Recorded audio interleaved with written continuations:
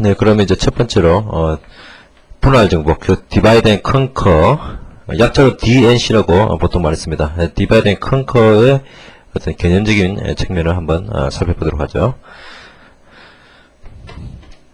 먼저 알고리즘 개발 방법론이라는 것이 무엇인지부터 일단 보죠. 이것은 이제 아까도 설명했듯이 어떤 새로운 문제를 접했을 때 전혀 지금까지 보지 못했던 혹은 내가 보지 못했던 이런 새로운 문제를 접했을 때 이 문제를 어떻게 풀 것이냐 이런 방법이죠. 그래서 새로운 문제를 접했을 때 그것을 해결할 수 있는 어떤 방법론을 의미합니다. 그래서 설명드렸듯이 divide and conquer 여기서는 이제 큰 문제를 작은 문제로 쪼개서 정복하고 그리고 그 결과를 합치는 것이죠. 다이내믹 프로그래밍도 divide and conquer와 유사한 전략입니다. 유사한 전략이지만 약간의 차이점이 있는데 그것을 보도록 하고요. 나중에. 그리고 그리드 메소드가 있고요. 그리드 메소드는 아주 직관적이고 쉬운 방법입니다. 이것은 실제로 우리가 지금까지 많이 했던 그런 방법론인데 이제 그런 부류들을 한번 찾아보는 것이죠. 그리고 백트래킹, 이것도 상당히 유용합니다. 백트래킹은 이런저런 방법이 다 안 될 때 마지막 최후의 수단으로 선택할 수 있는 방법이 바로 백트래킹이 되는데, 백트래킹은 이제 여기 저스티브 서치, 즉 전수검사인데요. 전수검사를 개선한 것이라고 보면 되겠습니다. 그리고 백트래킹을 더 개선해서 브랜치 앤 바운드라고 있는데, 백트래킹과 상당히 유사한데 어떤 바운드를 줘서 백트래킹의 어떤 그 효율을 높이는 것이죠. 뭐 그 외에도 이제 몇 번 봤습니다. 몬테칼로 메소드라고 해서 어떤 확률적인 방법을 이용해서 문제를 해결하는 방법이 있습니다. 확률적인 방법으로 문제를 해결하는 이 몬테칼로 메소드는 특징이 뭐냐면 최적해가 나오지 않죠. 그렇죠? 항상 그 근사해, 뭐 비슷한 솔루션을 찾아야 되는 근사해를 찾는데 아주 유용합니다.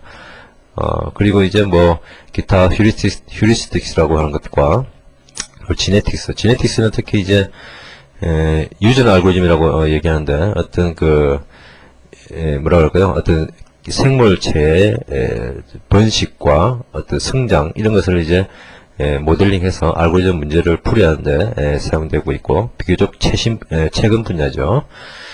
어쨌든 요런 방문론들이 있는데, 이런 방문론들을 하는 이유는 이제 알고리즘 문제를 이제 지금까지 이제 문제별로 케이스 바이 케이스로 풀어왔는데, 그런 문제풀이의 방법이 어떤 공통점이 있을 것이다. 그래서 이제 추려본 것이죠. 이런 것은 어떤 부류가 있느냐, 또 저런 것은 어떤 부류냐, 이렇게 뽑아서 이런 부류를 이해함으로 인해서 새로운 문제에 대해서 그 문제를 풀 수 있는 방법, 이런 방법들을 쭉 적용해보면 이 문제를 풀 수 있겠죠. 그런 것이 바로 알고리즘 개발 방법론이다라는 것입니다.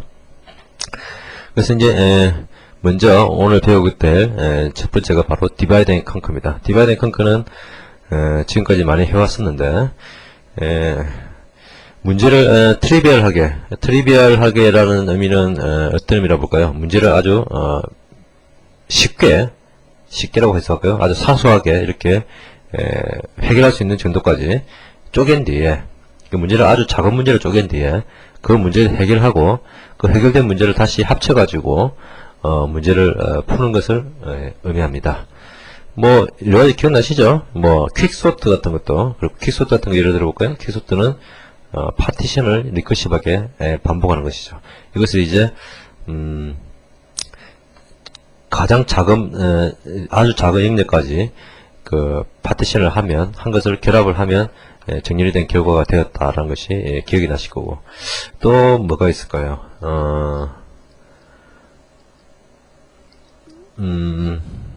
뭐 뒤에 이해가 있으니까 그때 보도록 하고요. 그래서 이제 divide and conquer를 일반적으로 써보면 이렇게 됩니다. divide and conquer, 그리고 A가 이제 문제가 될 것이고요. PQ가 문제의 어떤 범위를 나타냅니다. 그래서 divide and conquer는 문제를 쪼개기 때문에 문제가 이 전체 문제에서 어느 부분에 해결하는 것이냐라는 게, 이게 P, 시작이 P, 끝을 Q 이렇게 놓는 것이죠. 이렇게 이제 일반적으로 놓을 수 있고요. 그래서 이제 이게 만약에 작으면, 스몰이면, 어떤 PQ 구간이 스몰이면 풉니다. solve. 이제 정복을 하는 것이에요. 이렇게. 이게 이제 컨커죠. 일종의. 어느 정도 문제가 작아지면 거기서 풀고, 문제가 아직도 크다면 PQ를 나눕니다. 이렇게 M으로 나눠가지고 디바이드 앤 컨커를 다시 PM, 즉 여기서 P가 있고 Q가 있으면 중간이 만약에 있다면 요 PM 구간과 또 그 다음에 N 플러스 1부터 Q까지 구간, 이 오른쪽 구간을 각각 디바이드 앤 컨커로 리커시브에 들어가고, 이 리커시브하게 들어간 결과를 받아서 합치면 그것이 이제 문제를 해결하게 되는 것이죠. 뭐 디바이드 앤 컨커가 꼭 두 개로 나눈 것은 아닙니다. 일반적으로 두 개로 나누는 알고리즘들이 많다는 것이지, 두 개가 아니라 뭐 3개, 4개로 나눠도 역시 디바이드 앤 컨커의 본질에서 변하지는 않죠. 그래서 이 디바이드 앤 컨커의 보통 수행 시간은 보통 이렇게 되죠. 어떤 n이 작았을 때에 실행 시간을 tn을 놨을 때 n이 작았을 때의 실행 시간을 gn이라고 그러면, 이 gn은 대부분 상수 시간입니다. 대부분 상수 시간이고요. 그래서 뭐 퀵소트 같은 경우에도 뭐 만약에 길이 3까지 구간 3까지 이렇게 나눠버리면, 이렇게 작게 나눠버리면, 이 3을 3개짜리를 소팅한 것은 거의 상수 시간이죠. 그래서 이것은 거의 상수라고 보면 되고요. 그리고 이 전체 문제 T에는 이 구간 작게 나눈 이 두 개로 나누었죠. 그래서 n분의 2분의 n, 이 작은 문제에 대한 똑같은 알고리즘이니까요. 이 시간 곱하기 2, 두 개 나눴으니까요. 그리고 fn은 이제 뭐라 그럴까요? 병합을 하는데, 컴바인 하는데 걸리는 시간이라고 보면 되겠죠. 컴바인이 만약에 시간이 걸린다면 이것도 거의 대부분 상수 시간입니다. 그래서 이 gn을 어떤 상수 곱하기 이 n 이렇게 놓을 수 있습니다. 아주 보수적으로 봐도 어떤 n에 대해서 뭐 스캔을 한다든지 뭐 이런 게 대부분이기 때문에 상수 곱하기 n, fn도 상수 곱하기 n을 보면 되겠죠. 뭐 멀지 소트 같은 경우에도 두 개를 합치는 것이니까 거의 뭐 상수 곱하기 n 이렇게 되죠. 그러면 요것을 tn을 구해보면, 요것은 전에 증명을 한번 해본 적이 있는데요. 기억나십니까? 해보면 on log n의 알고리즘이 된다. on log n은 많이 봤던 그런 이제 컴플렉시티입니다. 퀵소트, 머지소트, 뭐 힙소트 대부분이 다 on log n이었죠. 이런 것들이 대부분 트리를 기반으로 한다든지 이런 소트들이기 때문에 트리가 디바이드 앤 컨커의 대표적인 예입니다. 그래서 이런 컴플렉시티를 갖는다라는 것이죠. 그럼 디바이드 앤 컨커 알고리즘도 지금까지 우리가 배워왔던 것들이 있는데요. 어떤 알고리즘들이 있었나 생각해보면, 일단 바이너리 서치가 있었죠. 바이너리 서치는 어떤 값을 찾는데 구간을 나누고 또 구간을 나누고 또 구간을 나누고 또 구간을 나누고 이렇게 나누어서 그 어떤 값을 찾아내는 것입니다. 그래서 문제의 크기가 전체 크기에서 절반의 크기를 줄여서 또 똑같은 방법으로 풀고, 또 절반을 줄여서 또 똑같은 방법으로 풀고, 이렇게 하기 때문에 디바이드 앤 컨커 알고리즘이죠. 그래서 바이너리 서치가 되겠고요. 퀵소트와 셀렉션 프로블럼도 파티션이죠. 파티션, 즉 퀵소트와 셀렉션 프로블럼도 역시 디바이드 앤 컨커 알고리즘입니다. 머지 소트도 역시 디바이드 앤 컨커 알고리즘이고요. 그 다음에 최근에 배운 것 중에서는 이제 어댑티브 코드레치, 이거는 이제 수치적 분에서 배웠던 내용이죠. 수치적 분에서 뭐 어떤 부분을 두 개의 구간으로 나누어서 적분을 구한 것과 네 개의 구간으로 나눠서 적분을 구한 것이 차이가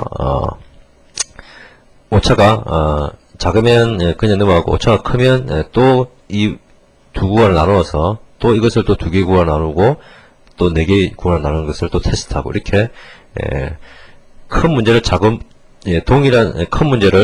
동일한 문제인데 스케일만 줄여가지고 계속 해결해 나가는 이런 방법이죠. 이것이 바로 디바이드 앤 컨커죠.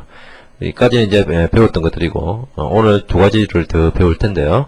이것이 첫 번째가 바로 스트라스의 행렬 곱셈이고, 두 번째가 가장 가까운 두 쌍의 점을 찾기, 즉 클로지스트 페어 문제가 되겠습니다.